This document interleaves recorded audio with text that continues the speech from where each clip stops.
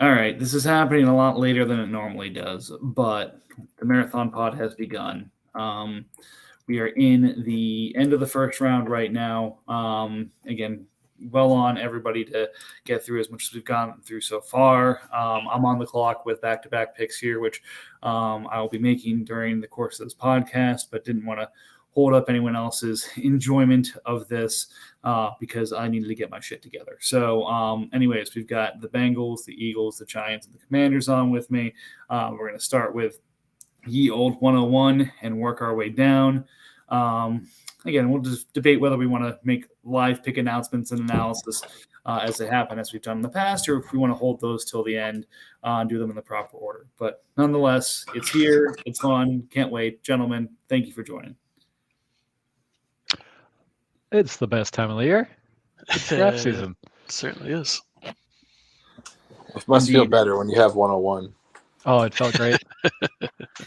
Probably not as well as training to get 112, but we'll save that for a little bit here. But nonetheless, we will start with the 101, and we do have the person who made the first pick on to break down his thought process for the 101 and maybe let us a little behind the curtain as to how close we were in guessing this with some of our other mocks or otherwise. So, Chris, why don't you take us through your thought process leading up to and how much fun you had toying with us for the 101? I mean, it wasn't a hard decision to grab Bijan, and it was a lot of fun hanging on to it for I don't know how many weeks I've had it since grabbing it from Patriots. There were only a couple legitimate offers that I probably considered for it since I acquired it, and then I mean he was drafted in the real life to 108 to the Falcons, who have a great line, who are going to use him. So yeah. It seemed like a very straightforward 101 pick. What offer was the closest? Mike had one that I was considering when I was in the airport. The massive, giant offer. Mike, you were closest. I knew I was closest, but I mean, it's one of those where you don't want to, over guess. But yeah, I think you had said to others, and I don't know whether that was just, I guess coffee talk or whatever, that you were debating whether it was going to be Bijan or a different option. I think right after you made the pick, you had said there was a 20% chance of it going in a different direction.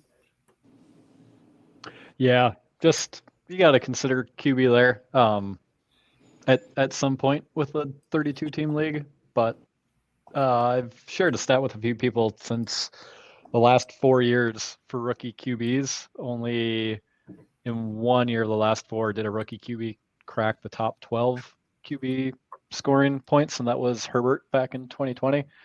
So again, if we're looking at my team and saying it's going to be competitive, I would have rather rolled the dice at the time with Tannehill starting all year and then grab a guy that I know is going to be a workhorse running back, then grab a quarterback there.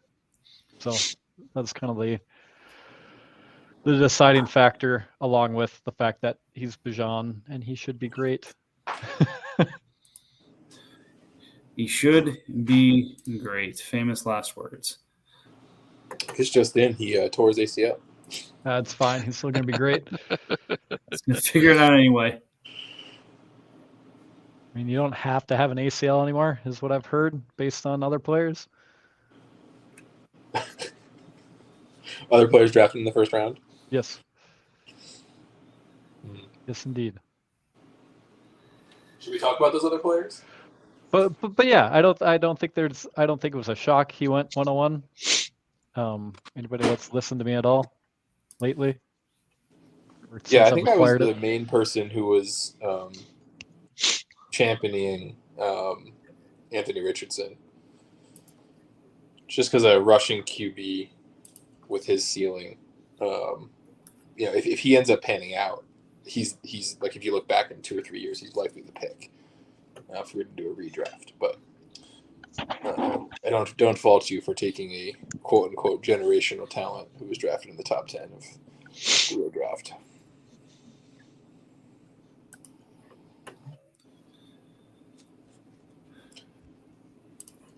That kind of leads us to number 2, right? Yeah, I guess that's all that people want to talk about. Oh, that's fantastic. Never mind. Not a whole lot to be said there. Yeah. Sorry, some news just came across after hanging on to Moreau, hoping that a team would sign him. I finally gave up on it. I think it was yesterday, and then news just came across that he has an offer from the Saints to sign with them and rehab his Hodgkins while he's on a team at least, which would have allowed me to IR him. Which again, it does make sense. The day after I finally give up on it, he gets that that news releases, which all sorts of fun. Can they still be claimed on waivers? I think so. So kind of like guys. BRB. Anyways, moving on to the 102 here. Again, probably a little bit more debate between some of the different options there at quarterback. But Seahawks ends up taking a couple offers and then taking Anthony Richardson as QB1 and his QB of the future. Again, I think makes a lot of sense. Allows him to continue to lose a couple games, at least for the first couple weeks, assuming Richardson doesn't take the job outright, and get one more year of high draft pick and other pieces before he's really trying to compete.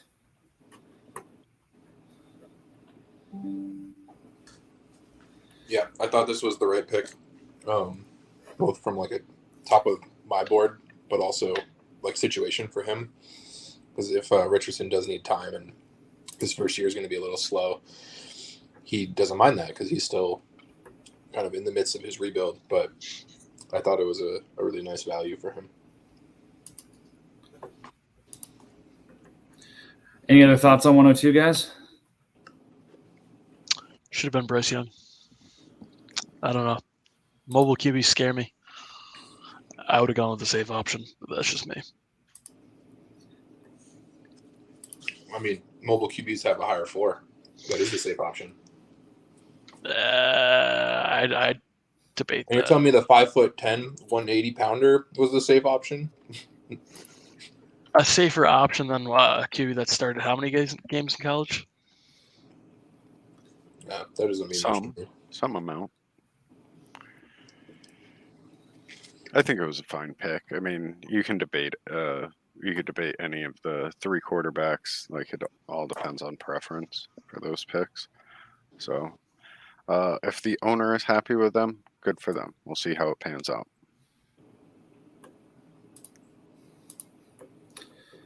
Yeah, and again, I think every draft you're in has seen those quarterbacks go in a different order.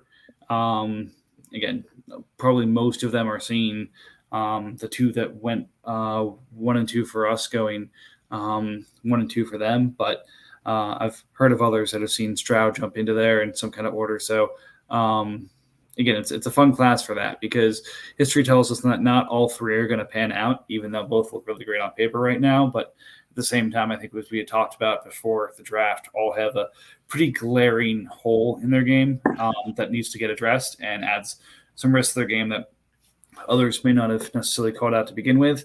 But again, that's what always happens is the year before that next draft class is going to be the best ever. That next draft class is going to have so many great things. And then we get to it and all the flaws are exposed.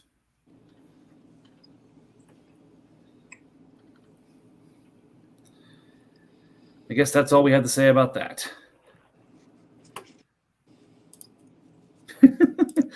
I mean, these are all kind of just. I don't think we get into like good conversation pieces until we get to 104.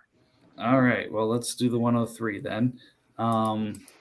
Lions again looking to build here. Granted, it takes the pick that is probably most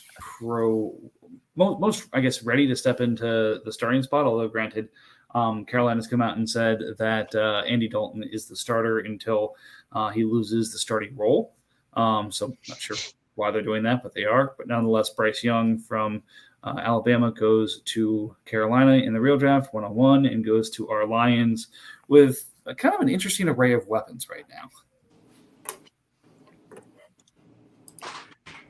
Certainly an interesting group of wide receivers. Yeah. Some really good ones and some that a few years ago we thought were going to be really good. Yeah. He's got a good foundation. I mean, I like what he walked out of this draft with. Yep. I agree. We'll get to his better pick deeper into the first, but this is a fine pick. All right. Well, yeah. Let's talk 104 and 105 here. Initially, both owned by the Texans, and I feel like we need to discuss them at the same time based off of how everything transpired. So 104 being Jahmyr Gibbs, kind of the surprise of the NFL draft. But again, I think a lot of us, because Houston had Deshaun Watson already in place, expected that we were going to see the two next skill positions come off the board here. Not exactly the case, as we also had a trade at the 105, swapping 105 for Garrett Wilson, allowing Jets to move up and get their quarterback, and leaving the top the top wide receiver on the board still on the board. So a lot to unpack there. Who wants to start? I mean, I think. Go ahead, RJ. I thought it sounds ridiculous saying like, oh, he reached for Gibbs, but I kind of anticipated him being like the 106. So it was a tad bit early for me, and I'd imagine some people feel the same. I don't think it was a terrible pick. With Texans having those two picks and having an established quarterback already, it wasn't crazy to assume he was just going to go like wide receiver, running back. So he took the player that he preferred, out of the two, which is kind of shocking to me. But when we see what he does, I get why you take the running back and then trade for the wide receiver. Yeah, I mean, if I had 104, I would have probably taken Gibbs. Just being like a competitive team, adding an RB if there, RB was a need for him. So I wasn't surprised by that at all. I think value-wise, though, I agree. I think if you just take Stroud, you can likely shop him for value that exceeds Gibbs and possibly Garrett Wilson. I think Gibbs is a little bit more valuable than just a competitive teams. I don't see him as being one of those like 6-year window running backs. He could probably do it a little bit longer. I wasn't saying I was only interested in it as a competitive team. I just mean like where QB wasn't really like a focus for me. Yeah, no, I'm just saying it like I think it was also like just in a sense I think it was also a smart move for Texans. Like I don't think it was like an irrational decision to take the running back or anything. Yeah, and it was a huge need. He had like none on his roster, and there's a cliff in my opinion after number 2 here at that position in the draft. Anyways, completely agree. In terms of number 5, I mean, I think best value is locking down Stroud with one of these picks and just shopping him to the highest bidder. But if you were set on taking a wide receiver, I think Garrett Wilson would definitely be the number 1 receiver in this class if he was there. So you lose a year of his cheapness, but you also walk away with the top receiver, I guess, that would be available. So I like that from that standpoint, but I still would have just taken Stroud and kind of figured it out later. I mean, I think the compensation that he got for the Stroud pick was kind of on point with what he would have hoped for later on down the line, like an already established young wide receiver. So I think it's fine. I do ultimately agree, like with the, probably just taking Stroud and letting him sit. But I don't hate the compensation that he got back. Yeah, I think it was kind of the right thing for everybody. Right. I really liked the move from Jets' standpoint too. Obviously, we knew he had a really strong wide receiver core, and it remains strong without Garrett Wilson. But being able to lock in a rookie quarterback who some really like as a long-term passer in the NFL, I think it was a pretty smart move on his point to find a way of not packaging a bunch of things, but just kind of one player for one player and locking in that. He's now got a quarterback room of $10 million for the next, these couple of years. I don't know how long Jimmy will play, but it's a smart move on his side too to move in. Well, I mean, yeah. So what I mean just in terms of smart is, I think it was 108 that he got Garrett from last year. So he trades what was 108 last year for the 105 this year. So for nothing else, he got improvement on the draft capital, which is a win there. He gets his quarterback, which is a win, dealing from a position of depth that he was able to, again, backfill with later picks. Texans gets Garrett, which, again, that's who everyone hopes JSN can be on his rookie year and potentially go beyond in future years.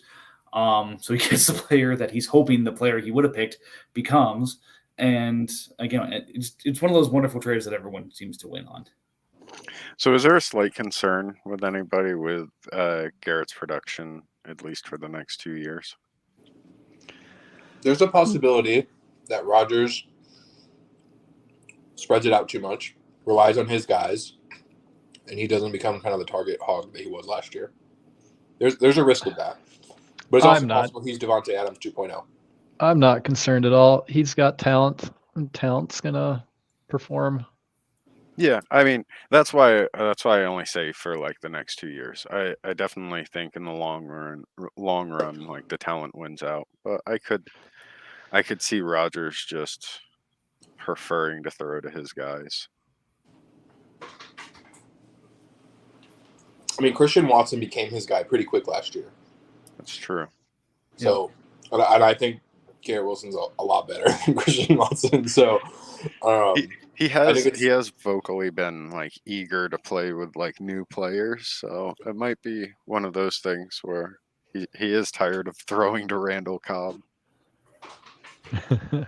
He's just like, let's see what this kid can do. Randall Cobb is just there for the card games and stuff and the on the road. Yeah. He is a vet, and he will probably never see the field.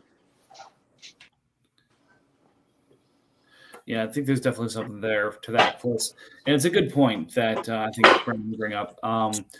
Weren't Cobb and Lazard in Green Bay last year, and they were not necessarily at least not the number one, or really at best number two receiver in a lot of considerations. It was Watson and a lot of times Dobbs who were given that consideration. So Lazard was hurt for a lot of that.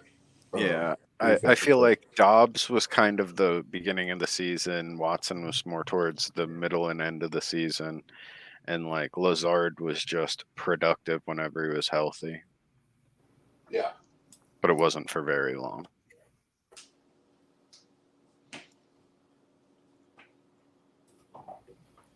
All right, so let's move down then to the 106. I was thinking about something when Seahawks was on the board at 102 of, could he potentially trade that for a haul and then still get one of the three quarterbacks at 106? And if nobody made the move was there, because then someone trades up and says, okay, I'm going to give you the house and everything else you need to start or compete in the West this year for Richardson. You let QB go at 2, QB go at 3, the Texans double tap the skill positions, then you take whatever quarterback's left at 6. And then as soon as everything transpired, it's like, all right, well, good for him that he didn't try and risk that, because he would have been left holding the bag without a quarterback. So, that's why you play conservative, and you end up still with the best quarterback, arguably, in the draft, as well as the best receiving prospect in the draft in those two picks, which he did. So now he has his big three of A-Rich, Breece Hall, and JSN. And he can just continue building out from there with the remainder of his picks. Yeah. My recommendation would be to try and sell high on Breece this year. Just because, I think JSN and Richardson are going to need a season before they're super impactful, and then you're looking at year 3 of Breece, and it's like, yeah, maybe we'll see. But yeah, it's a good comp. It's a good foundation. He has Pitts also. That's true.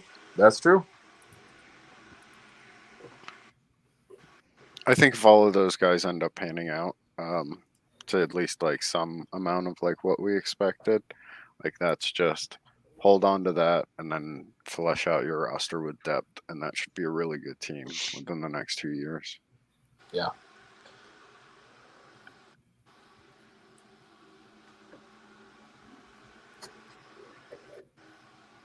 And I would say that division is vulnerable. If you look at his team, it's all of the Debbie darlings from years past. It's you have Weidemeyer, the other tight end, who like I know he's a free agent, but people liked him like a couple of years before he came out. Pitts, JSN, Brees Hall. That's hilarious. And I think he's still got multiple picks next year too, if I'm not Yeah, mistaken. it's a good young team. Yeah, he's got my first next year as well, which despite anything I try and throw at him, he will not trade me back. So I guess I gave him props for his conviction in hanging on to the pick and preventing me from doing anything fun like completely blowing it up. But I guess I have to continue to try and compete for one more year and somehow handcuff myself from trading my 25 picks if I want to, go have fun that way. Looks like you have to take your own advice and not pay for 25. Might be the only way to control my impulse, but we'll see what happens here. All right, so Cowboys stand pat as they always do, but this time do not take a potential generational pass rusher like they normally do. This time they take the receiver instead at Jordan Addison, one of the better prospects with one of the better landing spots.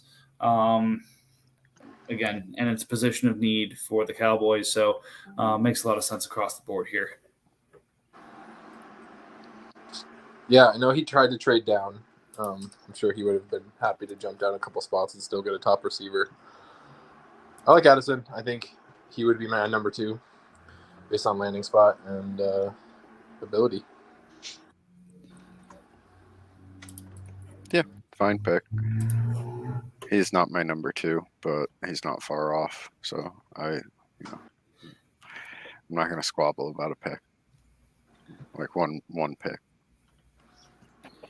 All right, well, here's where the takes start to get fun, boys, because 108, the Patriots, after also likely trying to trade down quite often, it takes a controversial first-round pick, one that a lot of folks didn't see in the first, but again, is that prototypical size and production to go in the first, but again, because he also went to TCU, has some big question marks. But Quentin Johnson goes in the NFL draft first round to the Chargers, goes in our top 10 here to the Patriots.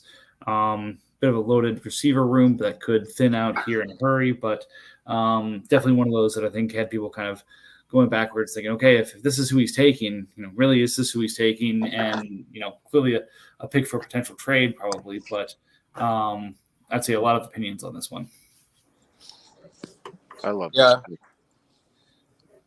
Go ahead. No, I love this pick. I don't have much more to say until somebody else says something. Yeah, I don't mind Quentin Johnson as a talent. He might not be as productive this year as he might be in future years when Keenan Allen or Mike Williams are not on the team anymore. I mean, I think it's pretty safe to say that like his floor is what Palmer did last year, except he has the yak ability, whereas Palmer offers nothing in that capacity. So, yeah, I think he could be a productive receiver. I didn't like the trade up, to be honest, that like led to this pick, and then he wanted to trade down. It's like he already had the trade down picks. He could have just kept those. Well, I think he was trying to trade it for 24 picks. So he tried to consolidate, get the big shiny object that was going to be easier for him to move for those picks. But at the end of the day, he just couldn't make that follow-up deal happen.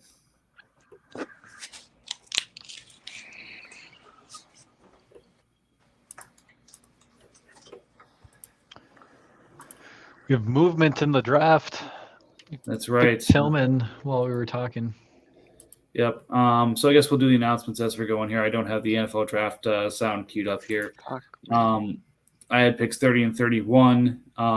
Pick 30, I take Cedric Tillman from the Browns. And 31st pick, I take Nolan Smith from the Eagles. So now we move over to the Packers finishing out the first round. So, again, good on everyone for moving the draft along as fast as we have. We're about 2.5 days into it and through the first round, which I think may be some kind of record. But again, we'll see if Jeremy wants to close this out tonight or if he has other plans. Any other thoughts on Quentin or? No. I think it was, taking a receiver there was the right kind of tier of player. Cowboys is building something interesting. Yep. All right. 109 Saints on the clock here. Take Zay Flowers, arguably the last of the full wide receiver run at the end of the first round. Landed in Baltimore, which landing spot folks didn't love as much, but again, people really liked his talent before the draft started. So again, he just takes the best player available and continues to build. Any major feelings on this one? I really hate the landing spot, but I did really like Zay Flowers, the talent. I think there's probably a reason. That's probably the reason he went as the fourth receiver in our fantasy league here.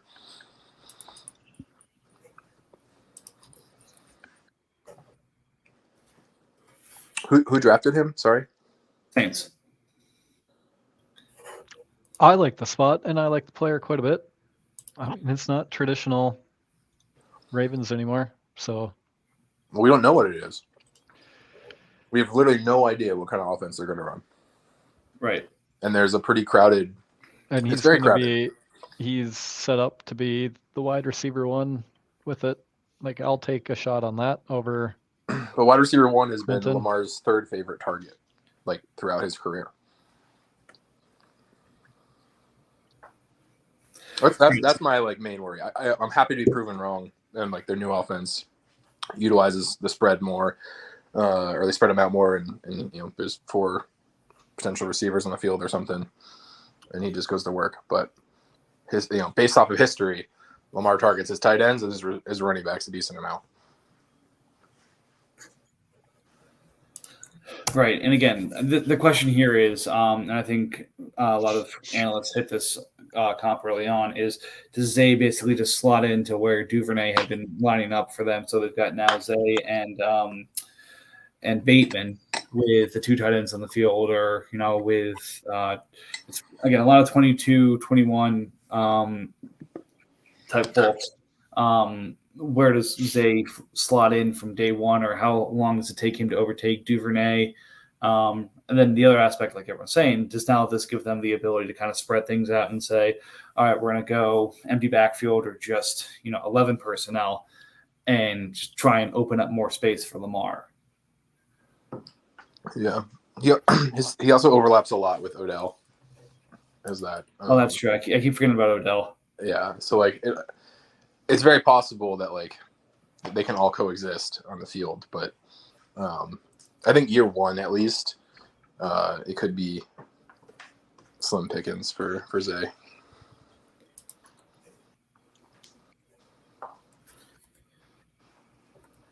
All right, we'll move right along here to the first defensive player off the board at 10. Jets is sitting there with the receivers gone. Figures it's not time to backfill the receivers quite yet that he just traded away. So instead he takes Will Anderson, who slots in a defensive end in our updated true position format. Top defender taken in the draft, is now a cornerstone of the Jets defense, and frankly, a heck of a lot cheaper in that position than he'd have to pay for otherwise. Yeah, I think right around 10 is where I would start to be considering him. He just missed out on all the receivers and the top 2 running backs and the quarterbacks. Well, he already kind of got his guy, so I think it was a good spot. Yeah, I would agree. I think it fell in the right place in the draft, and it was also a huge position of need for the Jets as well. Yeah, I agree. I think this is usually where you start seeing that first defender off the board in that 8 to 10 range. The same as before. The interesting thing, and we'll talk about this more in a couple of picks, is for us the last many years of this league, D end has been an area of major scarcity. But if you look at the number of defensive ends who came out of the draft this year, just looking at my board real fast, there are 35 rookie D ends that I believe are in the player pool right now. That is another 35 D ends that at a position that normally the backups, the guy who's about to get cut to the guy who's on the street are rostered on our league. So that's going to add a lot less scarcity to the pool. But again, not everything else moves over until next year. So this is a nice little, gift a year early. But, is this an overreach considering next year's rules based off of this year's rules? So kind of a question for some thought there.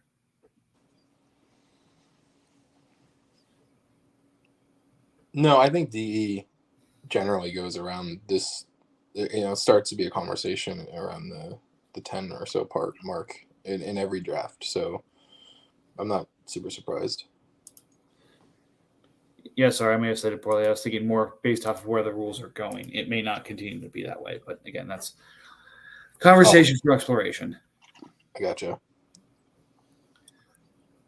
Yeah, time will tell. I mean, if he ends up being an elite pass rusher, like getting a top tier guy is still worth it.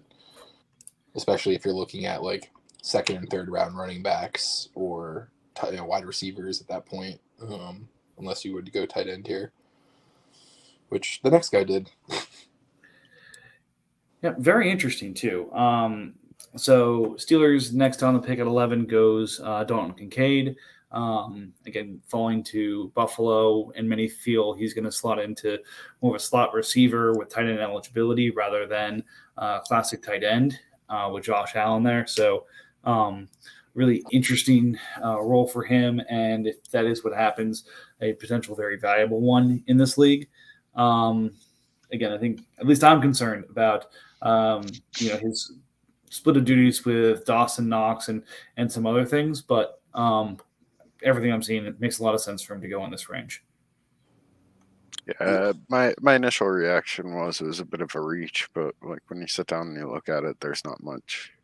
I mean, other than the pick that right after this one, there wasn't anybody else really that stood out. So like I understand taking your guy when there isn't like a common sense like take this player, they're a tier above everybody else. Yeah, I think he was kind of at the top of this next tier. Outside of the next guys, RJ was kind of saying just value-wise. Well, it'll be interesting. I mean, tight end is – I've been pounding the table saying like tight end really shouldn't be a consideration in the first round because it takes so long for them to develop.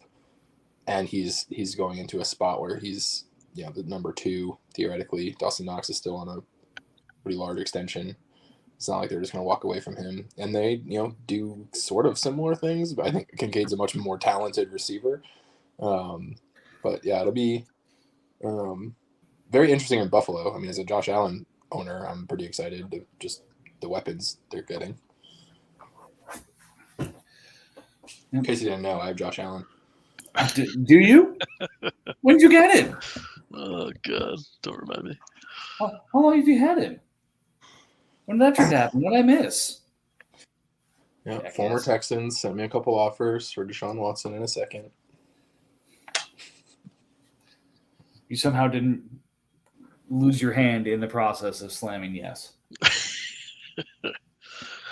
No, I think I woke up that morning, I had a sleepy yawn and said, yeah, let's let it ride. Undersell number 1 of the day. All right. Next, we get into a little bit more action. Lions on the clock and feeling froggy. Chris sees his handcuff / quarterback of the future that he should have taken at 101. He continued to fall, so decides to get opportunistic. So, Chris, why don't you talk a little bit about how this came together?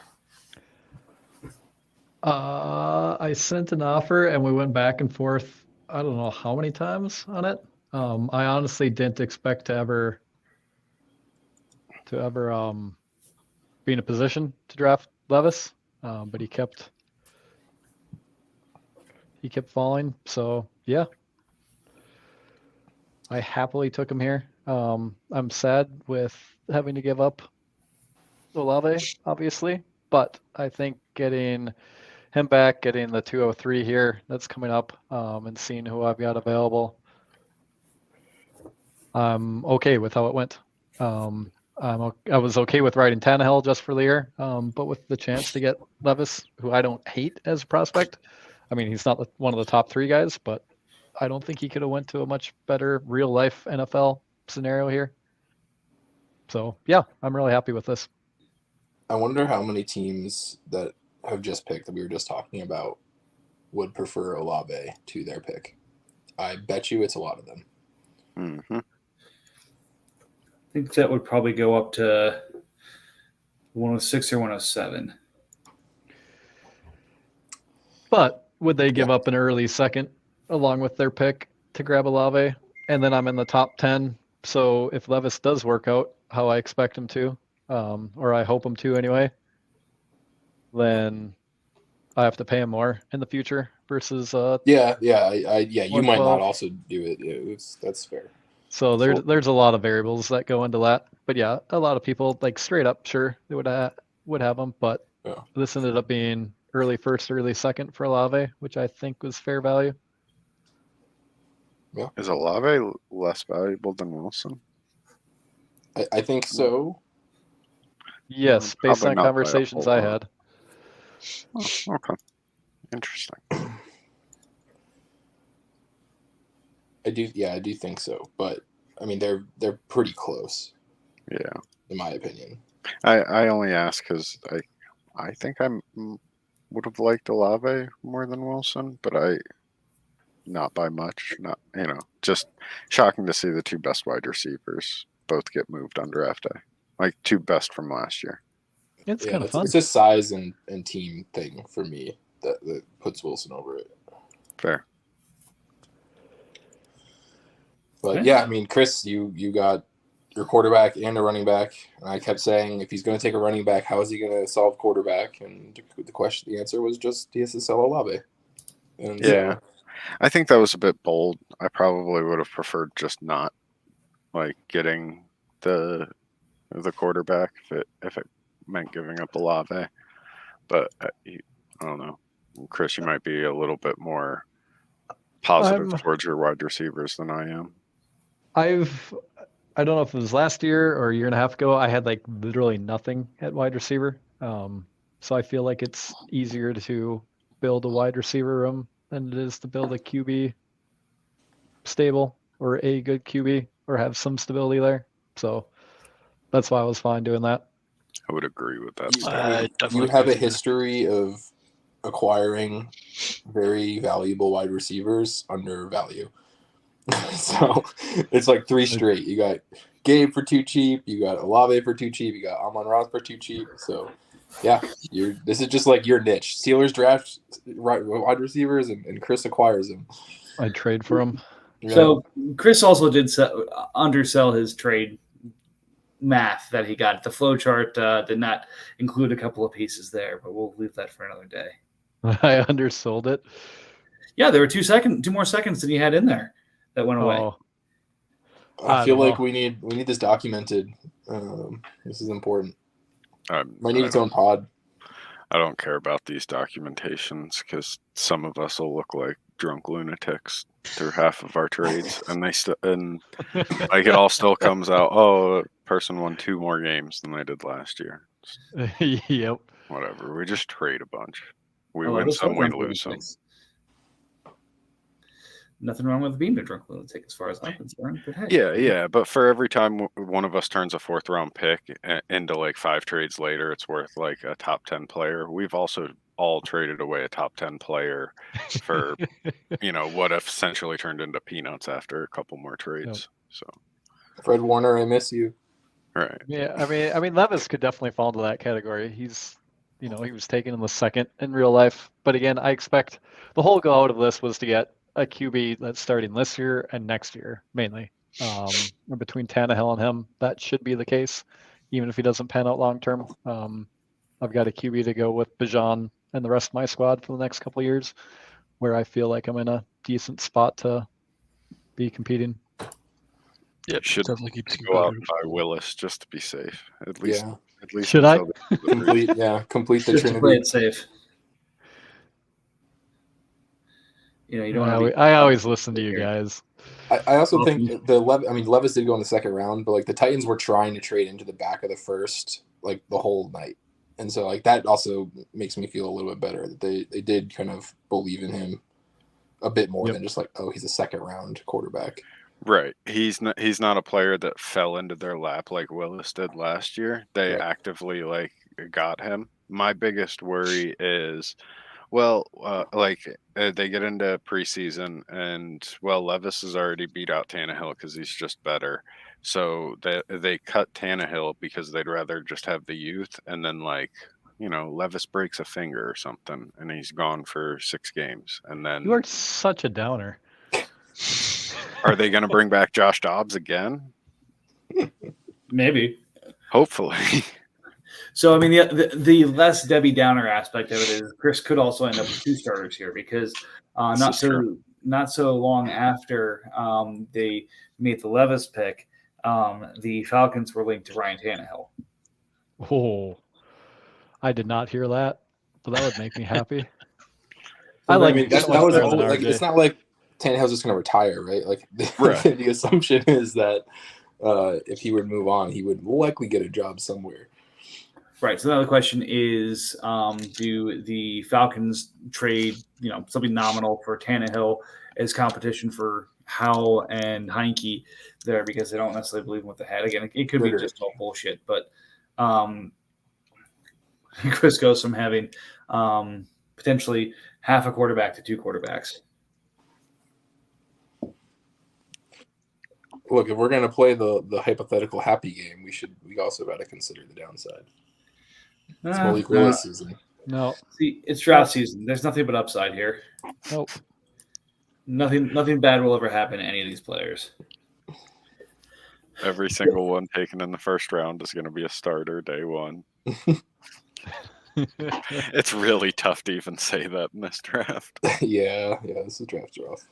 So this next pick again is kind of what I was alluding to with the 110, but this becomes a little bit clearer at 113. So Jack Campbell going to Detroit at 113 is probably one of the higher spots we've seen used on a linebacker in recent years.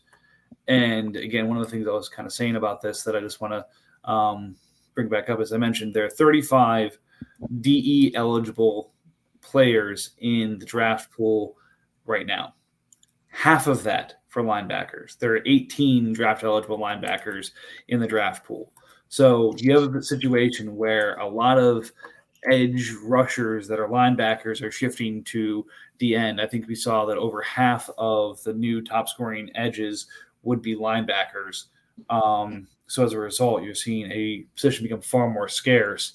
So again, based off of last year's rules, I hate this pick.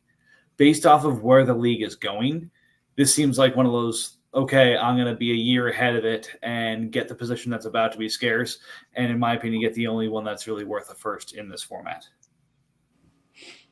Yeah, I love this Yeah, I pick. like it. Yeah, I'd agree.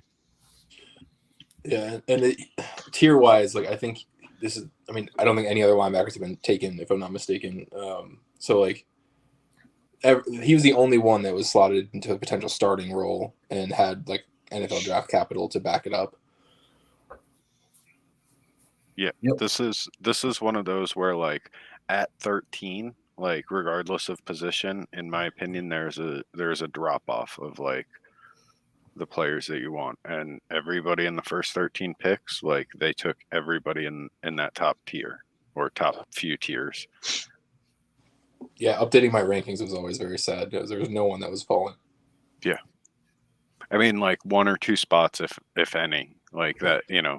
Like I've said a couple of times, like you could debate a spot or 2, but like first 13 picks, all solid. Yep. Then I was sitting at 14, but traded out with the Bears, swapping Baker Mayfield 14 and later pick for Kirk Cousins, 49ers first next year, a third, and a corner. So I was happy with that. I pick up the 49ers first next year, which I think should be better than 14, and go from Baker to Cousins, so kind of a win for me. Apparently, Pearson turned around and started shopping it right after acquiring the pick, which, again, I think beforehand we said is kind of a no-no or frowned upon, but to each their own. It's the draft. The owners should enjoy themselves as much as they can. But then he ends up taking the next running back, which is now our RB3 in the class, of Devin Achane, who went to Miami. So I think there's a lot of debate as to who's the RB3 based off of how things fell out, but I think probably most folks are aligning because of the opportunity, offense, and upside that Achane might be that guy. Yeah, I had him as my 4, but I don't Yeah. I don't hate it. If you prefer Shane, then that's fine. He's in one of the few landing spots where it's not terrible. You can see him outperforming Jeff Wilson and the ghost of Raheem Mostert. So Yeah, but you're forgetting about Salvin Ahmed. Come on. I mean, he is one of the one of the best underappreciated running backs in the league, but he's going to continue to be underappreciated. Yeah, I think the only thing, all the running backs you're looking at now are in a committee. So that was kind of the position you were targeting. He was also my 4, but high upside just based off of that offense. Right. It's one of those where kind of like with the Shanahan offense, it's you want the pieces in there, and you want what appears to be the cheapest piece of it. Giving 114 to get who's probably the third RB right now is probably tough, but at the same time, in our league you can't acquire pieces like that cheaply until they've already ascended, in which case they're only available at a markup. So plus the sheer speed that he has matches what Mostert does. And that's just it's gonna be fun to see. Again, I'm not a huge Dolphins fan, but it'll be fun to see. Yeah, he's also just another one, size wise, you're a little worried about longevity, but All right, the running back run continues here. Raiders saying to hell with landing spot. I'm taking who everyone had as the RB3 before the draft started. I'm taking Zach Charbonnet, who went to Seattle and was actually, I think, the third running back taken in the draft. But I think all of us kind of threw up on the landing spot. Granted, Seattle's never been shy about a 1-2 punch. For all the time they had Carson and Penny, if Penny could stay healthy, and then other pieces. So I think a lot of folks are throwing dirt on the selection of Charbonnet, but at the same time, if there's any team that's going to use their backs enough to make this worth it, Seattle's going to be one of those teams. Yep. And I think he's likely to be there more I think he's going to get more touches than Walker, or it'll be pretty close. So I feel like he's going to be on the field a decent amount. Touches. Yeah, I think they're going to use Walker as more of their still earth and lightning. Earth and lightning. Fair enough. He was my number 3. Going after we found out landing spots. I like this landing spot. I do see it as a 1A, 1B situation there. As much as we all love Walker, they drafted Charbonnet for a reason, and I think they are going to utilize him. 700 yards and some amount of touchdowns isn't unreasonable. Maybe less rushing yards, and he gets close to 1,000 all-purpose yards. Yep. And Walker, I think health has always been a concern for his too. When you watch highlights of all the running backs in here, Charbonnet kind of was very similar to Bijan and Gibbs in the sense that you saw that he could do everything. Was it at an exceptional level? Probably not, but he was capable of everything.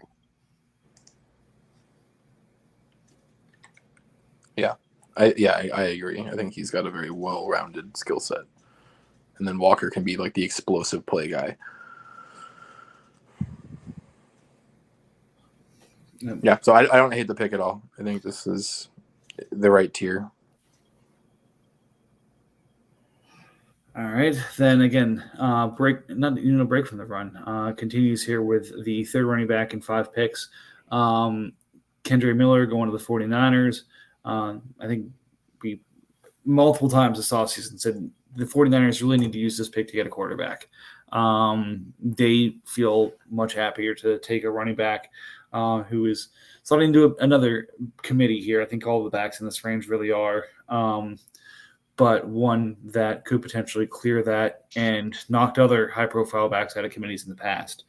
I think I don't know what was out there for him, so I don't want to speak out of school. But at the same time, still not addressing quarterback, even if Andy Dalton is currently quote named the starter, is an issue for him here. So he's got to figure out something, especially since we only still do start one running back and he has Mixon. And Mixon came out of the draft looking like he's not going to be replaced right now. Yeah, I was kind of shocked by this pick. I don't like it at all. This is the first pick that I just did not like at any way, shape, or form. Yeah, I just feel like that was his asset to like try and get a quarterback.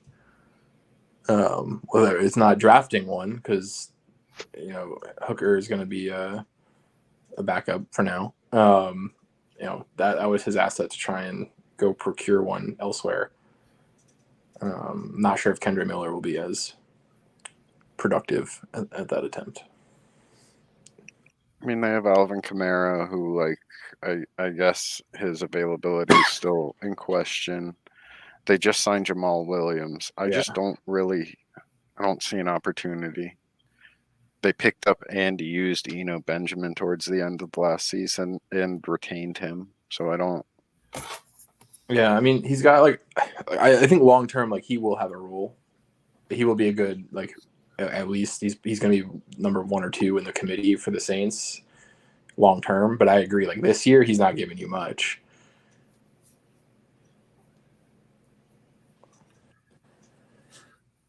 Yep. Moving down to 17, Chargers making their first pick as a member of the league. Welcome to the party. We see Rashee Rice, who went to the Chiefs in the real draft, going to the Chargers in our draft. I mean, this is not surprising. Hey, let's take the second-round receiver who is now linked to Patrick Mahomes and, move him up everybody's board, because I don't think before the draft we were really talking much about Rashee Rice as a mid-first round pick. But hey, that's what landing spot will do for you. And something I hadn't quite realized, until I listened to way too much draft coverage, is how vacated outside of Travis Kelce that receiving core had become for Kansas City. You had Tony still there, you have Sky Moore still there, but Hardman's gone to the Jets. Juju's gone to the Patriots. A lot of the pieces they had that they relied upon last year are gone, with now relying on Tony Moore and now Rice to step into potential roles here. So there is a legit, I'll call it wide receiver 2 role available here, because wide receiver 1 in the Chiefs offense is Travis Kelce. But as Kelce gets up in age, there is a lot of opportunity available, a lot of vacated targets available, and this could end up as a huge hit, or the guy who is the odd man out and just sits on the bench. Yeah, I mean, they still have MVS also, but I mean, Sky Moore he's more of a weapon than a true wide receiver. So to me, it's going to be Rice and Tony, and they're kind of potential outside wide receiver spots, even though that's not exactly where I would love Tony. And then, Moore might be in the slot or more of out of the backfield, kind of doing crazy things. MBS is going to stretch the field. Yeah, I agree. I think this is a player that I'm shocked didn't get reached for a bit earlier, just based off of the Kansas City landing spot. And then, as you're saying, the potential open opportunity in the position. Weirdly enough, I wonder why he stuck around this long, and also it feels like a reach at the same time. And it's strange, but I like the pick. Yeah, had one of the top 4 receivers gone to KC, they probably would have been the number 1 receiver. off the board. I think Rice was always in that second tier or third tier of players. There were a lot in that second, third tier. Yeah. Yeah, there's a couple players still on the board that had they gone to KC probably would be in contention right now, but I don't want to table talk. Yeah. But I was also very happy to see that pick happen because a player that I've really liked since throughout the pre-draft process fell to 18, and especially with the landing spot that he got, I took Roshan Johnson. Bijan's back up in Texas, but is one of the few backs outside of Bijan that really had that size and speed, makeup that you want at the position. Goes early fourth, so it's not too far out of the day two you want to get. But also considering he's got to compete with Khalil Herbert, who is undersized, and D'Onta Foreman, who I give all the kudos in the world for battling back from all the injuries. Of the four running backs in this range, I think he might have the easiest path to starter level or starter timeshare touches. So between that and all of the improvements that the Bears have made to the offense this year, I really was happy to make this pick. Yep. I really like this pick for you for all the reasons you stated. He also just hearing stuff from like draft coverage and whatnot.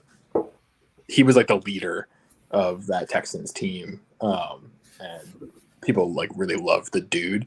On top of his skill set, really good pass blocker. He's going to see the field. So yeah, I think that was a really good pick for you. I was hoping he would fall. Yeah, he was only. I mean, like to call him Robinson's backup is like it's honestly it's the truth, but like he probably would have started in the majority of other colleges. He's an exceptional running back. I didn't really like the landing spot, just because I don't know if Chicago's going to give him an honest attempt at being like more than just part of a three-headed monster. Word is he's already overtaking that running back room of that locker room. Good. In rookie minicamp, yeah. A lot of competition for. He's the only guy in the room.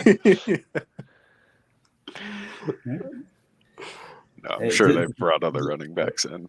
He's the loudest voice in the room for sure. Tis that time of year again.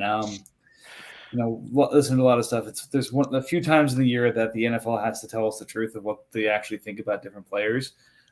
Free agency is one of them. The draft is another one of them. Ability to kind of extend or trade some of these players near the end of the season is another one of them. But we'll go back into our Lions season and see what happens. Yeah, right. I got three people I like left, and there's 3 picks until mine. What are the odds they all go? Well, Mike broke my heart with his second of those 2 back-to-back picks, so I'm no longer interested in first or second round. Yeah, Smith he's been circled on my list here. I feel like I really underestimated where he would go. I mean, I can't say too much. Man. I will discuss that when we get to that pick, but yeah. Anyway, so next is the Titans with their first pick, and I was kind of surprised by this pick as well. I don't dislike it because I think we were mocking tight ends to both kind of the Patriots and Titans throughout the process because those are players that take longer to develop. They're trying to keep their scores down to increase draft capital next year. So it just kind of made sense to take that route. But probably, again, arguably the best tight end in terms of availability and the target share he steps into. But I don't like this tight end this early. Yeah, I agree. I like the tight end a lot more than you guys did. 'Cause I'm pretty sure I mocked him last week or 2 weeks ago, whenever. But just like a lot of these other picks, it feels too early. But then when you look at the players that went after him, it's like, all right, I guess. I mean, that was kind of the narrative of the real life draft, right? There was like 12 first round grades for the most part on everyone's board. So like every pick in the later half of the first round felt too early because they were really second round picks that you were taking. I think we're just feeling the fantasy effect of that. Right. So Laporta's probably an early second round pick in a more stacked draft. so like I love the pick. Great, great selection by Titans. I like where he landed, but yeah, it's just like Giant said. It feels like we're missing like a whole set of like the tier 3 players in most rookie drafts. It feels like they were non-existent in this draft. Yeah, I don't disagree with that. I said that to him. Yes, okay. All right, so we're moving on to 120 here. And I think this is where everyone starts trying to rapidly get back into the draft now that we've cleared the top 20 and we're starting to see some of these tiers dwindle down of who's left there. But Jets stand strong after going defense back-to-back at 10 and 13. Takes Jonathan Mingo at 120. As some would say, DJ Moore replacement in Carolina becomes his Garrett Wilson replacement at the back end of his roster. So not a bad way to do that in terms of balancing things out. Like the prospect, I think definitely a big riser based off of landing spot. But in terms of measurables and production, had a lot of the boxes checked to begin with. Yep, he was kind of just a name to me. Landing spot seems far more appealing. I really liked Mingo. I don't know, not that I like watch tape much, but like what I saw of him, he just passed the eye test for me for like kind of a dog of a wide receiver. And I think landing spot's actually pretty good. I like the pairing with the rookie quarterback. I think they're going to spend a lot of time together getting to know the NFL. And Chark and Thielen, I think, are both on 1-year deals.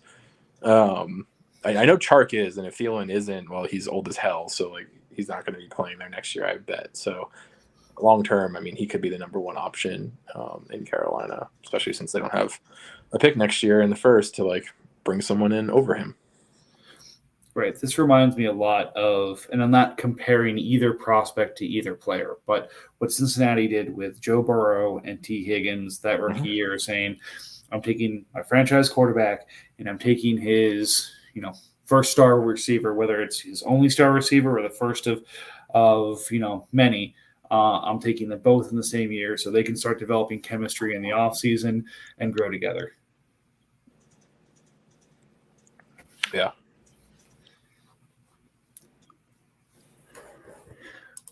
All right. Moving right along. We have the Ravens taking Tyjae Spears. You know what? This is another pick I don't love, so I'm going to open it up to others. I think there are better players on the board than Tyjae. Nothing against him, but this is very much dependent on betting against Henry, and I'm not sure. I'm just going to stop and let others talk about this. I mean, if there's a running back that you're going to take, it's probably going to be Tyjae. I don't think there's another one that should have went there. Also, There wasn't one taken. There hasn't been one taken since him. So I'm really not going to discuss any particular names, but like he's fine.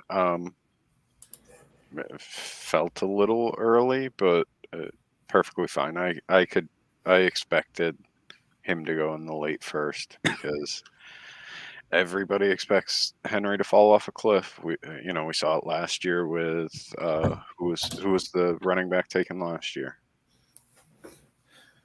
or was it 2 years ago?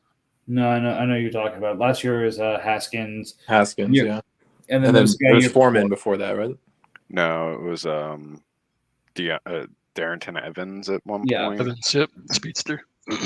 Yeah, like it's fine. Maybe he gets a little bit more of a role. We'll see. But just I mean, Tennessee's a team that likes to run the ball. They have a potential rookie QB starting at some point this year. They're going to lean on the run game. Henry's been in trade conversations. Like, if Henry were to be dealt, I mean, that becomes a steal. I know there's concerns about his knee, but I don't know. End of the tier, that running back, that's a position. He's pretty strong at wide receiver, so like I could see that as just like position of need. But yeah, there's some other players I like better than Spears. But if you weren't going to get running back points, if you traded down or something. Right, but again, I guess what I'm saying here is, Spears. Yes, if you wanted to make sure you came out of this pick with a running back, Spears is the pick you have to make. I would say based off of what else is on the board and positions that were needs for Ravens, you don't want to necessarily draft for need. You want to draft for talent if you're set up correctly. But this just seemed like, okay, I'm going to take the pick, put it in the closet for a year and hope that, next year is the year that Henry walks away and I've got, the Titans RB1. I feel like there are other pieces that might have returned more value this year to him. And still given, the opportunity to, if you wanted to get Spears next year, go get that piece, or get him later this year for cheaper, get that piece. I can agree with all of those statements. Mm-hmm. All right, moving down to the 122, the Saints just doing great work here in building a receiver core. Took Zay Flowers at 109. Again, the player I was trying to move back in for here initially. Jaden Reed goes 122. Again, just Senior Bowl standout. Every year it happens that somebody stands out of the Senior Bowl, their stock rises to the roof. Unfortunately, it's also turned into a pretty good correlation to NFL success. I think it was 5 or 6 years ago as Cooper Kupp. Then Deebo Samuel did it. Again, this has happened quite a few times. It seems to happen every year that somebody stands out, sees their draft stock rise to the roof. And then I think it was Christian Watson last year. Point is, it happens every year. And it looks like Jaden Reed might be the person this year. And it's really setting up Jordan Love with some interesting options there in Green Bay. He was actually the lowest or the highest guy in my list. So it was almost I think it was too much of a reach. I like him, but I think if I'm looking at reaches and on my board, he was the biggest reach so far. So when you said highest guy on your list, you mean highest guy in that tier or? Wide receiver. So like within my wide receivers, he's the lowest ranked. Interesting. Yeah. Like of all the wide receivers in the draft, or those that have been taken. Those have been taken, and those are who are those who've been taken. He was the biggest reach at that point so far, the biggest gap. All right. Yeah, it's going to be very interesting to see how the offensive weapons shake out in Green Bay now that there's a new quarterback there who might have new preferences, and we'll see. He was another guy that just watching, he passed the eye test of just really great at contested catches, and I don't know. Yeah, I was intrigued by him before the draft. Landing spot wasn't ideal. That's true. All right, we'll see if he's if he rose over his ability, Peter Principled, or if he ends up being a pretty solid pick here. But again, we're already seeing some pretty differing opinions, which is good, frankly, in my opinion. There's too much quiet going on at the beginning of this podcast. So, Sean, I'm glad you joined because these people keep agreeing with each other. Yeah, you don't need to tell me to stir up the pot. I love the this. podcast hive mind. In fact, we've talked too much together. We all, we're zombies marching towards, a pursuit of trying to catch up to Falcons and Giants. All you zombies, I want to hear your quick analysis on my 105. Should have tuned I want into you the guys- early part of the pod, my man. Kids, man, kids. You will be shocked to hear this, but I loved it for everybody. Everybody wins. Jets dealt from a position of strength that he was able to backfill, that position later on, and probably ends up with probably similar production out of that position than he started with. You get a more proven prospect of what you could hope JSN to turn into in terms of who's already proved it at the NFL level. So you do better than you could have done in the draft. But at the same time, the Jets get a better quarterback than they could have gotten had they tried to move one of the picks they already had or move something else. So it's tough to always move your top guy at a position. But when you have the depth to backfill it and can continue to sort of restock the pantry for guys who have the opportunity to really break out that way, really made sense for everybody. So I love the pick for everybody. Yeah, it was in the works for about 2 weeks. Like I almost slipped up giving it to you guys on one of the pods or two of the pods when we were like looking at like the best offers I got. And I've just been trying to hold like things as close to the vest as possible because there's a lot of internal talking going on I've seen in the last few weeks. So I was like, yeah, I'm not gonna get this one out of the bag. I mean, bidding war 101 is you let people know that you have a good offer, and then you're like, someone can try and beat it, and then you pit them against each other. Yeah, it's also I took a safe route to this one. Yeah, you took the chivalrous route. Yep. Again, this entire first year has been me kind of getting my confidence into the league, and I have it now. So it's gonna be more fun.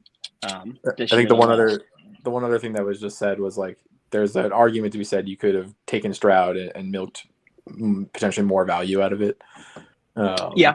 But if your objective was to come out of the draft with a running back and a wide receiver, you got the best running back you could and the best wide receiver you could because Wilson was better than anyone in the class. Yeah. And again, too, the more I'm looking into film, and I think the Texans are going to suck this year. And I think that's where I was just kind of stuck at. I think his value is going to dip by the time training camp and OTA start. And his value is going to go down a little bit. Not a lot, but I think this is going to be a bad year for him. So I wanted to get him at peak value. So yeah, cool. All right, back to it. Appreciate you. All right, we're up to 123. The Falcons double tap. The Falcons made some moves right before this to make sure he had the cap space to make these picks and take Tyree Wilson and Michael Mayer. Wilson, top 10 DN, going to the Raiders, and Mayer, I'd say third tight end off the board, going to replace the area vacated by Darren Waller and Foster Moreau there. Yeah, Foster Moreau really owned target share there. Let him go, Mike. I already let him go. But again, that's another point for another day. End of the day, two positions I'd say of need, not necessarily of need, but trying to get things to mine the most value. Since I think does he still have Waller? Or did he trade Waller? No, he still has Waller. him. That's why I like to pick as much because he literally turned one position into two. Well, I mean, these were, if I remember correctly, he moved off of some more pricey veterans at this point into these picks, but more productive veterans into these picks. So I have to go back and again, I'll maybe leave it to Dr. One of them was Deontay Johnson. I don't remember what the other one was. Right, he had traded his. I think it was his first. At least neither of this is his first, but one was Deontay Johnson. I think the other one was David. Was it David Montgomery, or does he still have Montgomery? He still has him. Still has Josh Jacobs, Kamara. Yeah, that was it. Which, I think hindsight, that was a good value. Yeah. But again, we're seeing Tajay Sharp go before these. So part of me is like, okay, did he get enough value for this? And again, I'm not trying to ding Tajay. It's one of those where we're taking running backs that we like in committees, or we're already hoping for the handcuff, so where the starter falls down. So that's always the challenge in trading for these picks. But I really like Mayer's landing spot. Wilson, I feel like everybody after Anderson is into a timeshare slash rotational role, Yeah. whereas Anderson's probably the only one who really steps in from day one and says, okay, this is my role, and I'm going to I should start if nothing else goes wrong. So again, I feel for rotation, this is probably the right spot for the second D end, but I don't think there's really a D end that really jumped out and said, okay, we feel really good about this one. But if there is a second D end off the board, it probably should be Wilson. Yeah, I mean, the guy ahead of him is 34, 35-year-old Chandler Jones. So, Yeah. like, and I mean, his running mate is going to be Max Crosby, who's obviously going to demand attention. So, like, he should be fairly productive, good against the run. I think his DE room, like the Falcons' DE room, is on the like. There's not like a blue chip player. So, like, to me, this was a pretty good pick. And Mayer and Waller's just been injury prone, so like I know it's doubling up on tight end, but Mayer was a really good value. Like we were mocking him at like 14 and stuff in our mocks, and I didn't like that. But at 24, I feel pretty good about it, especially given the landing spot and Josh McDaniels offense.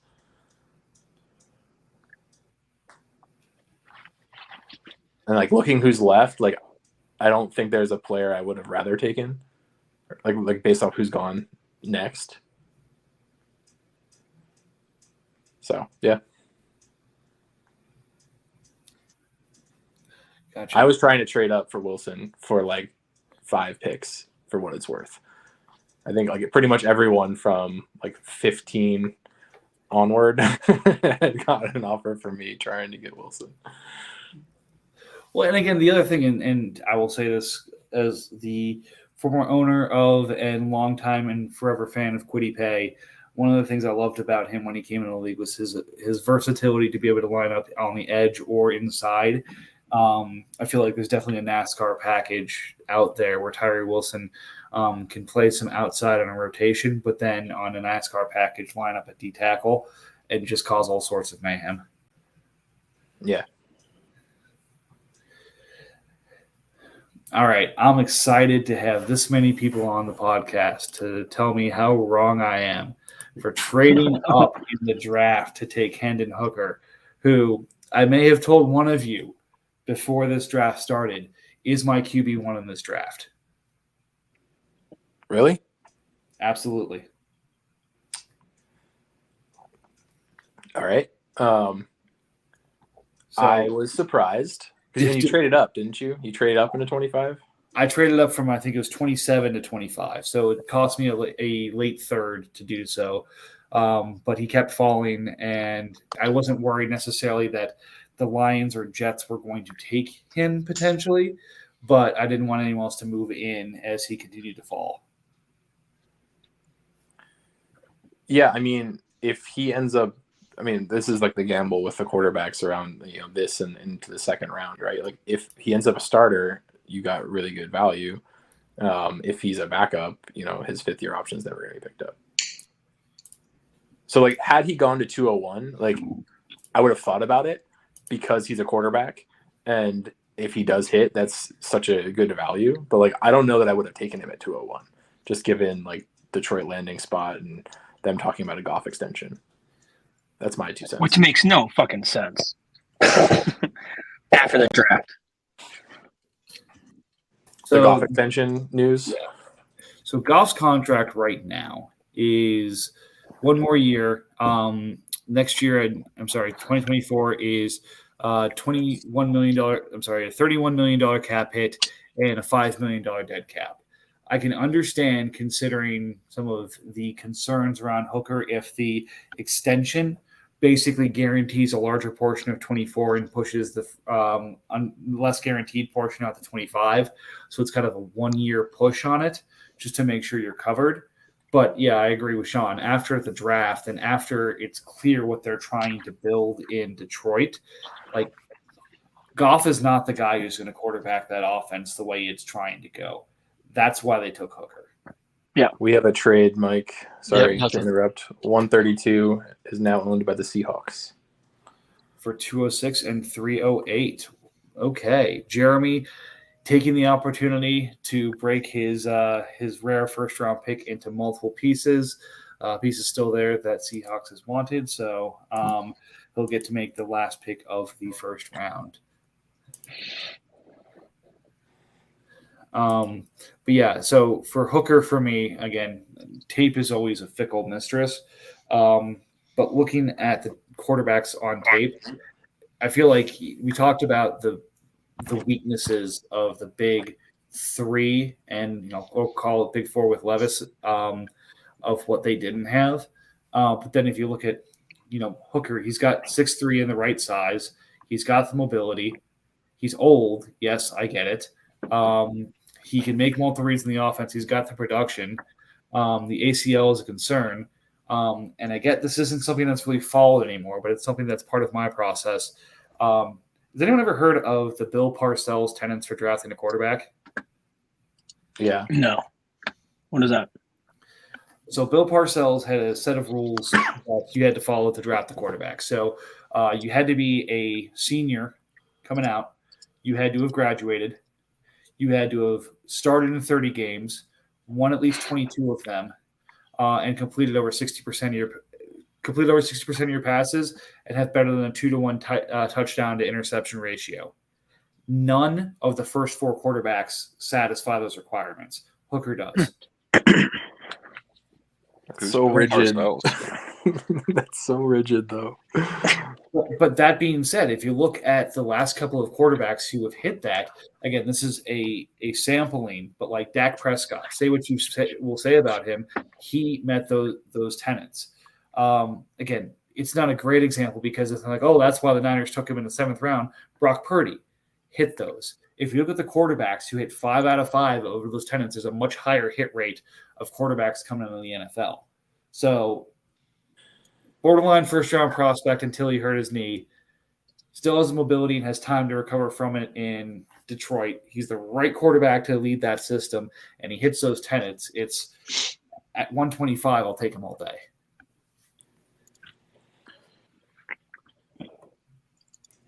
I mean, I'm not one to knock Bill Parcells, saying, but yeah, I mean, like I said, if he hits, it's great. But there's just the risk of him not hitting. This is Lions probably should have taken this pick, right? Like just had Hooker, and Young and had that upside for himself. But yeah. No, I think he said so afterwards too, saying, "Hey, I probably should have just taken the third quarterback and held to see what happened." But no, he didn't end up with a bad player necessarily either. So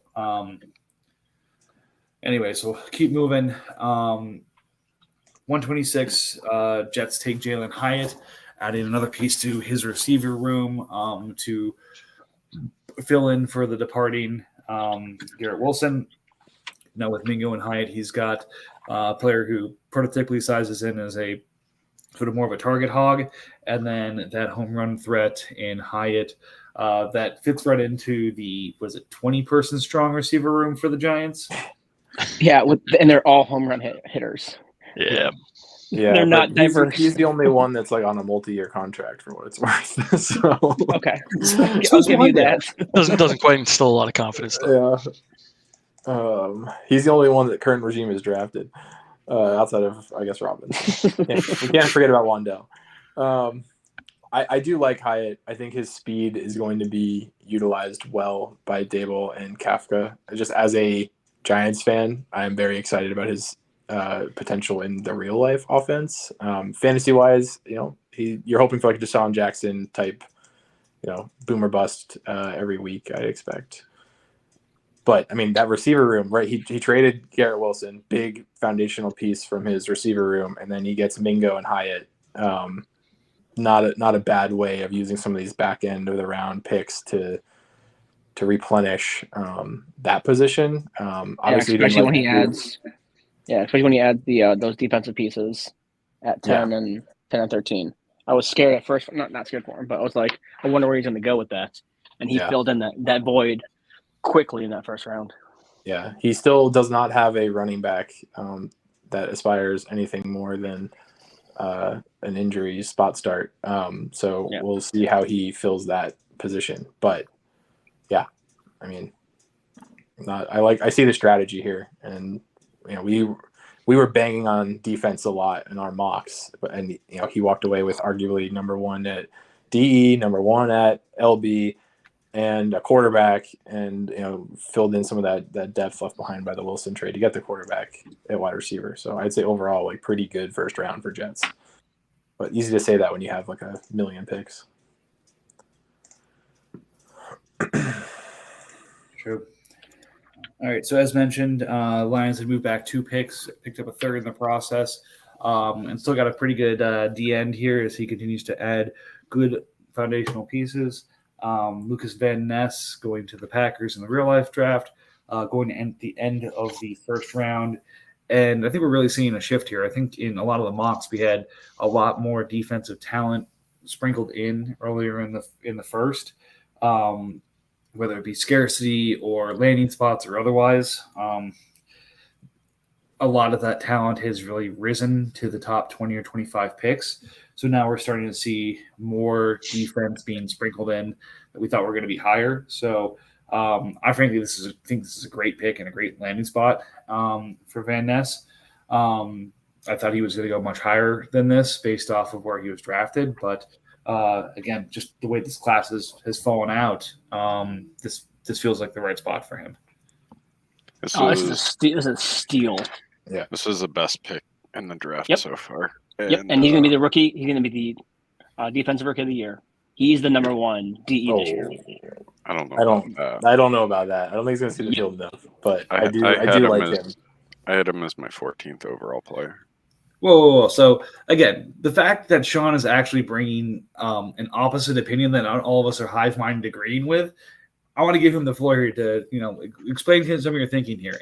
As long as it's not going into your secret sauce that you don't want to share, like tell us what you're thinking here with this, because I appreciate the alternative perspective.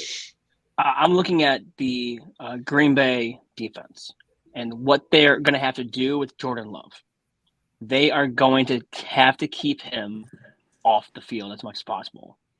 So I think he's in a prime situation to jump in and be the number 1 guy. He is going to be the guy. He is leadership quality.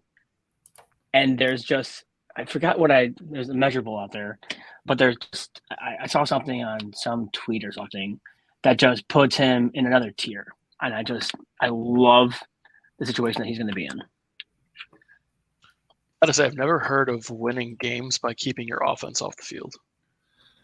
Well, no, it's the old we've got a rookie quarterback. You're trying to limit how much they have to do it. So they're going to try and run the ball, play good defense, and win games that way. I mean, with that in mind, that's going to revolve around killing clock, taking the lead early, and getting their defense off the field and maximizing the opportunities for your offense to score while staying conservative. So with that being said, he's going to be relied upon to make a lot of those disruptive plays if things are going to work out. So if the Packers make the game script work the way they want to, it's going to be a lot of Van Ness making big plays, potentially getting the double-digit sacks if they're able to make that game script work out.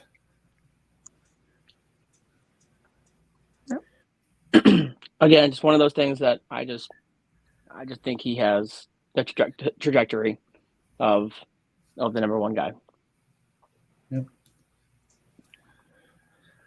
Especially everybody got hurt last year too. On that line. Right. It was nice to see the Lions make some picks for pieces that made sense. Like the last couple of years, we've been tearing our hair out saying, "Will you please, for the love of God, take some weapons for Aaron Rodgers?" And then they take Christian Watson and Dobbs late as kind of a here's what we did. But then previous years, oh yeah, you want CeeDee Lamb or Justin Jefferson? Here's Jordan Love. Oh, you want AJ Brown? Ooh, sorry, can't do that either. But again, it's nice to see them kind of focus on in this draft. Let's take pass catchers and pass rushers and get some positional depth at areas where we need them.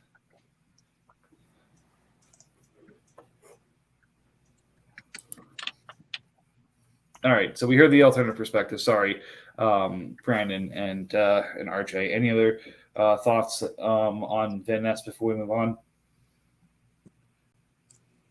I think that he's gonna have to fight for snaps in year one.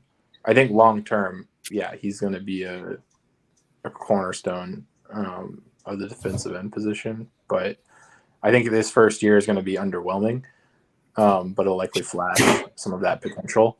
But with Gary and Preston Smith and others in that room and on the field, I expect. I'm not sure that he'll get the snaps to be super impactful. But this is the exact kind of player Lions should be taking as someone who's not yet ready to necessarily compete. Takes the long term swing at a prime position. I think it was a great value.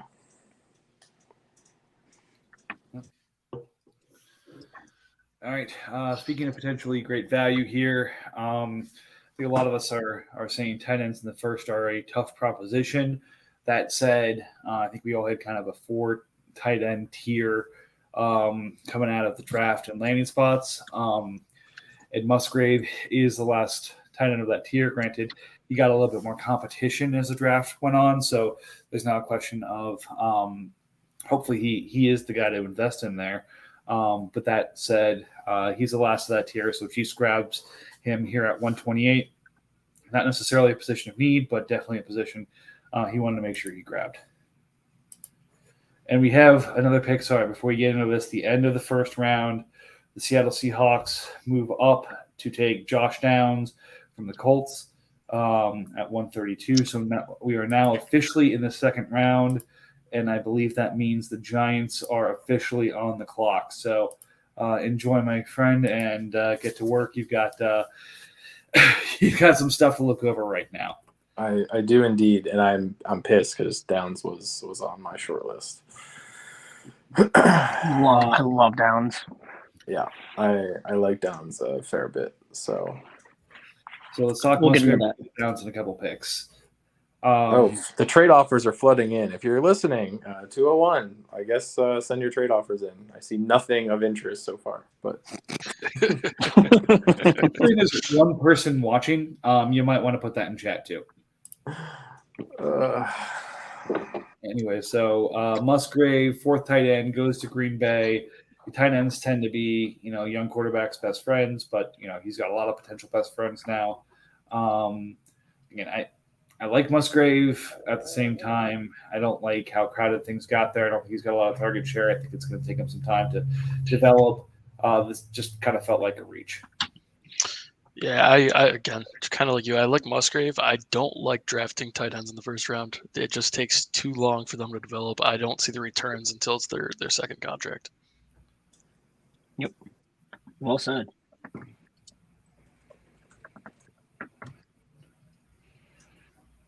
All right.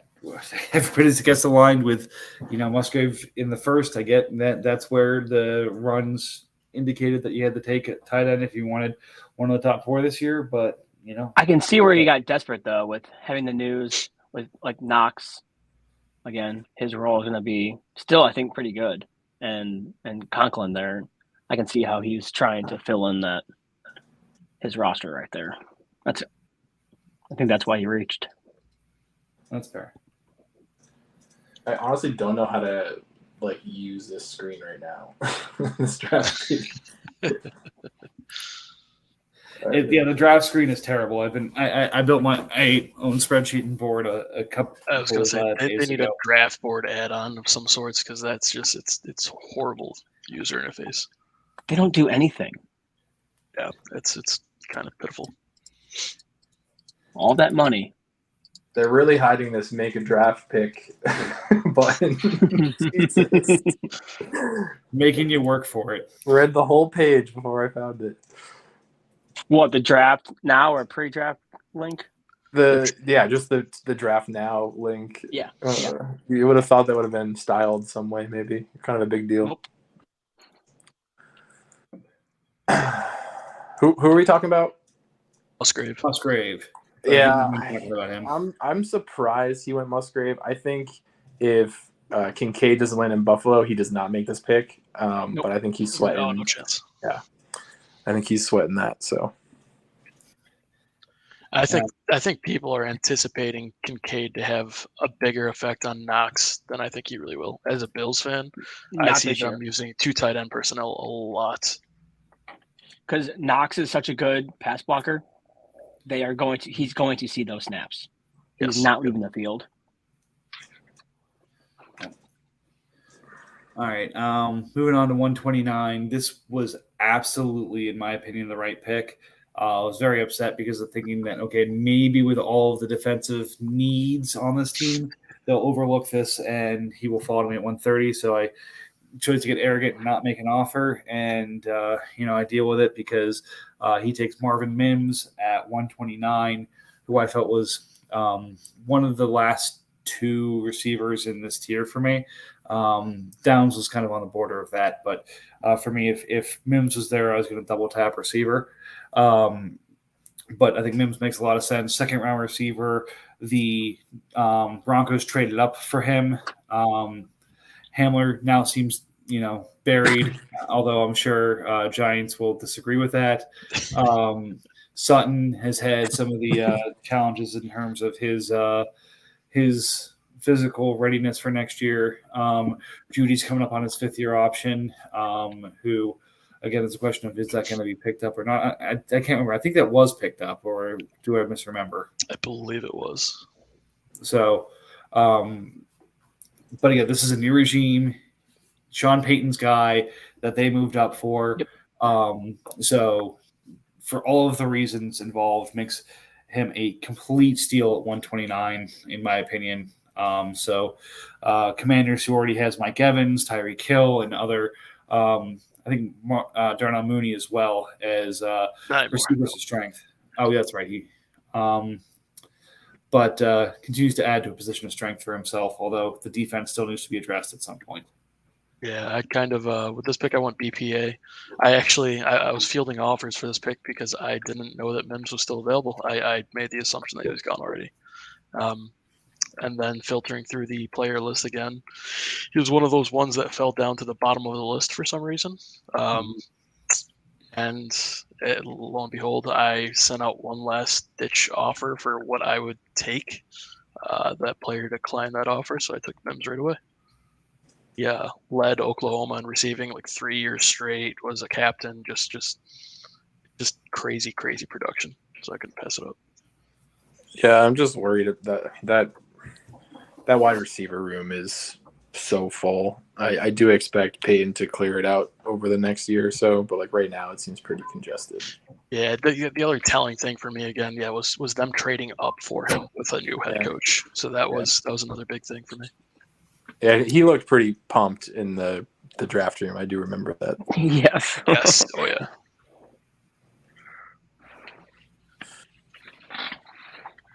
So yeah, if I was in Commander's draft room, I would have been pumped too. But again, I think it's a good pick by him, and continues to add to position of strength. Now, the question is going to be moving pieces for other pieces. Something that I think he's been trying to do for most of the offseason. Now he's got a little bit more flexibility to get more aggressive with it. Granted, now that we're past the draft, maybe some valuations and some things will move for him.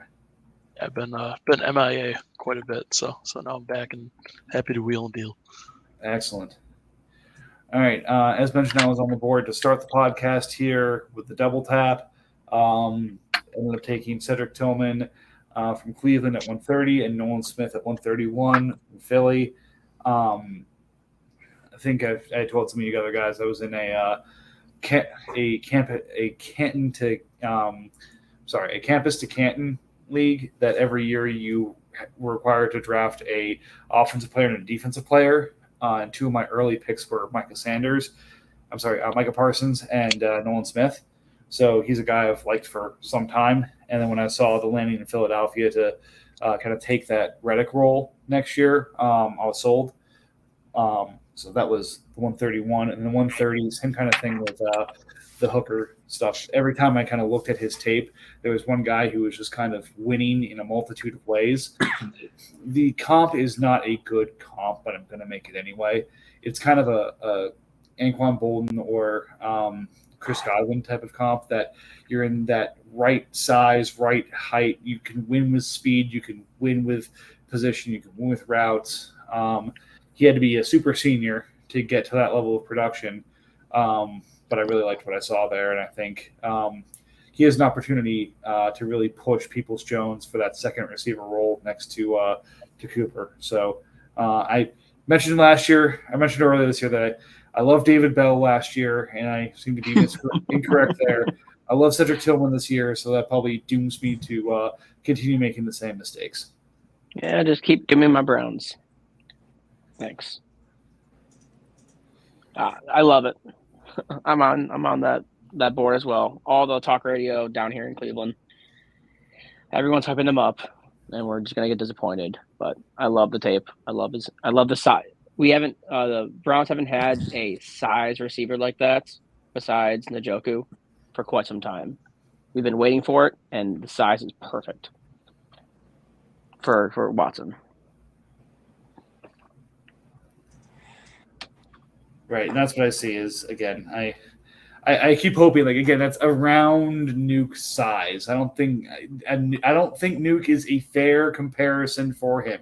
I want to be clear about that. I am not comparing Cedric Tillman to Nuke, but the last time he had a receiver of that size was kind of Andre Johnson and Nuke. So I know he never had. Did he ever have Andre Johnson? Shit, I don't remember. All right, let's talk about. Yeah. Okay, let's talk about Josh Downs. Somebody talk about Josh Downs who really likes him. I think I'm going to use the same thing that we said, how Sean Payton got his guy. Yeah. This is his guy now. Sorry for Alex Pierce owners, but I think this is.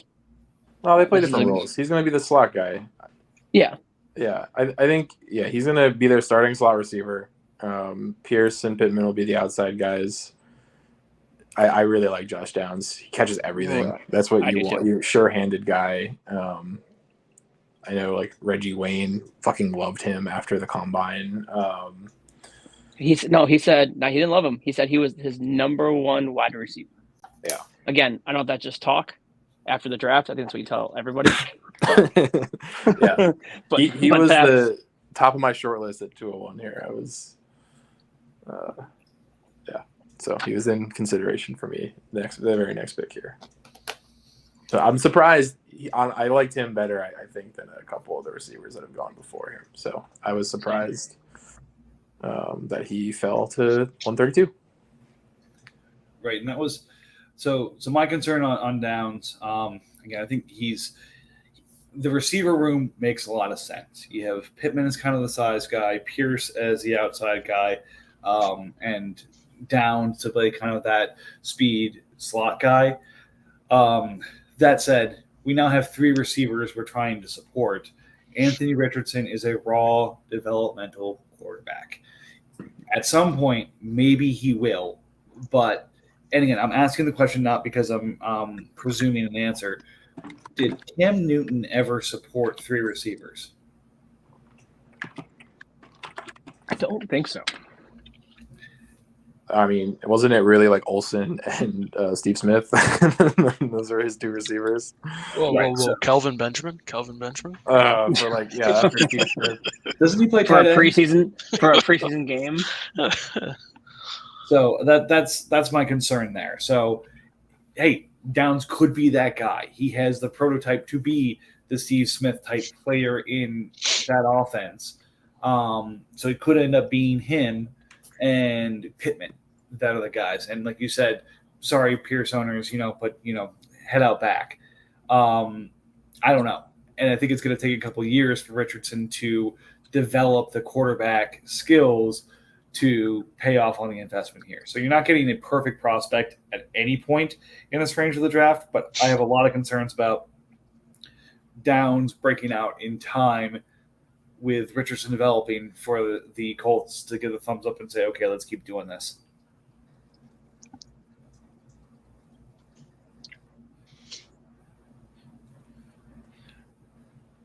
All right. Yeah, I don't think we should ever comp anybody to Steve Smith. The last time that happened, that was Corey Coleman. He's a one of one. Yes. Right. And again, the same thing with Antonio Brown and some of these guys, where it's like these guys are outliers for a reason. And, it was their work ethic at the time and all sorts of other things that made them special. Counting on that prototype is tough. But again, that said, there's a lot of slot players who look like Josh Downs and play like Josh Downs. So he doesn't need to be Steve Smith to be a hit in this range. It's just, again, my concern of will there be 3 receivers that can be supported in this offense? Makes sense. I like that. All We'll right, give so you now we'll give you a pass. we get to peer pressure Giants to make his pick while we're still on the pod, or we can start talking about other topics. These tended to be marathon pods in the past, where we just kind of keep talking and let the picks happen around us. I'm waiting for Bengals to send me an offer so he can lock in his guy. I'm just here for the after pod trade talks, to be honest. Excellent, man. Just do the trade talks on the pod. Okay. I don't want to throw anyone under the bus. Yeah, so again, we're through the first round, about 2.5 days to get through it, which again feels pretty fast to me. I haven't looked at last year. I'm going to do so while we're going here, and while Giants continues to consider his opportunities that he has at hand here. It's incredibly fast because I feel like in the past few years, we've had someone who really hasn't been active in the league had it ticked down all the way down to like the last hour or two. Yeah, think we've this is seen the that yet. first time in the first round that we haven't had somebody do like an 8 or a 10 or 12 hour wait, which is really nice. Right. So looking at it, we started the draft on Saturday with the Eagles taking Breece Hall, and the 132 was Falcons taking Rachaad White Wednesday at 9 a.m. So almost a full, 5 days to get through the first round last year. And then what was it the year before that? Worse. I don't think it was. Let's see, Trevor Lawrence. Some of these are great. Like if the draft starts at noon, or was it 9 o'clock or noon or whatever it was? 10 a.m. Eastern. Yeah, so Cowboys sitting on the clock for 4 hours. Like, come on, like you didn't know exactly what that pick was going to be. But then 132 was Tuesday at 8:20, so better than last year. So this year is better than the last 2 years, but it was 2 years ago Tuesday at 8:20. Giants taking Carlos Basham. Ooh. Sorry about that. And then let's look at 220. I got Trey Hendrickson also with that as a trade in, but yeah, I traded Hendrickson and kept Basham. Whoops. Draft. I'm glad I won the Josh Allen trade because I've lost a lot of player trades. If you knew what I'd been offering for Josh Allen at the same time, and then he took that, He just really connected with Watson. The land speed record that will never really be probably, I don't know if this is ever going to get matched, but going back to 2020, actually, we got from the first overall pick to the 32nd pick in 36 hours. Wow. That was when we did like an actual marathon pod that went throughout like the whole Saturday, I want to say. Well, I think I had 8 of the picks, so that may have helped. Yeah, that too. Yeah, I took Tua, Taylor, Dobbins, Young, Simmons, Ayuk, Mims, Chenault. So that's 1, 2, 3, 4, 5, 6, 7, 8. Yeah, I had a quarter of the first round picks. So I take full credit for that draft. All right. Well, I know Pats and Titans have like 5 first-round picks next year, and I have 6. So if all of us can do it in a reasonable amount of time, that's half the draft. I think I've got 4 or 5 as well. Probably adding another 1 or 2 soon. I have 1. What are 24 picks? I was looking at 25 coming up here. Yeah, exactly. That's what you start getting. You know, those 25s are going to be. I'm trying to think about that. So Oh no, I'm trying to spend them. and I know you're trying to spend. So I'm trying to just think in advance here when people start positioning. So Arch is into college. So if he starts this year, not starts, but enters school this year, whether it's him or Ewers who starts in Texas, it'd be the 26th class that he could declare. Yeah, I'm pretty sure he's not going to start this year, for what it's worth. I don't think so either. I think he's probably in a red shirt. But that said, yeah, he. I'm just trying to think of who are the people that are going to start saying, "Oh, the 25 class. These are all the great things you're going to get in the 25 class." Where it's just kind of like, Oh God. hey, it's going to start happening here. Like, as soon as the draft is over, we're going to start. Oh, yeah. The 25 picks will become available, and we're going to start seeing offers float around there for your 25 picks. It happens every year, and I don't know the Debbie landscape well enough to know who's going to be coming out then, but I'm sure there are already some targets.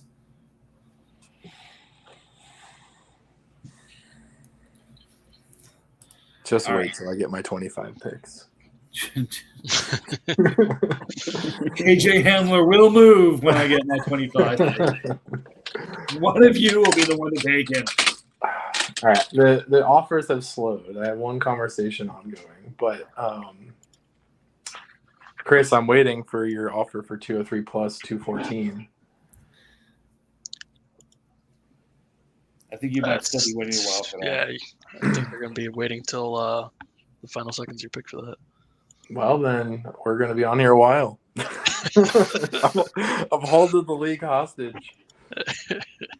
There's always one.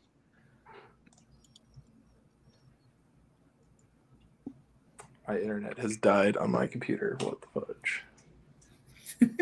All right. Well, we made it about 2 hours, which is a marathon by our standards here. So, based off of how fast we go here, we'll probably be back on here later in the week to continue talking about the draft.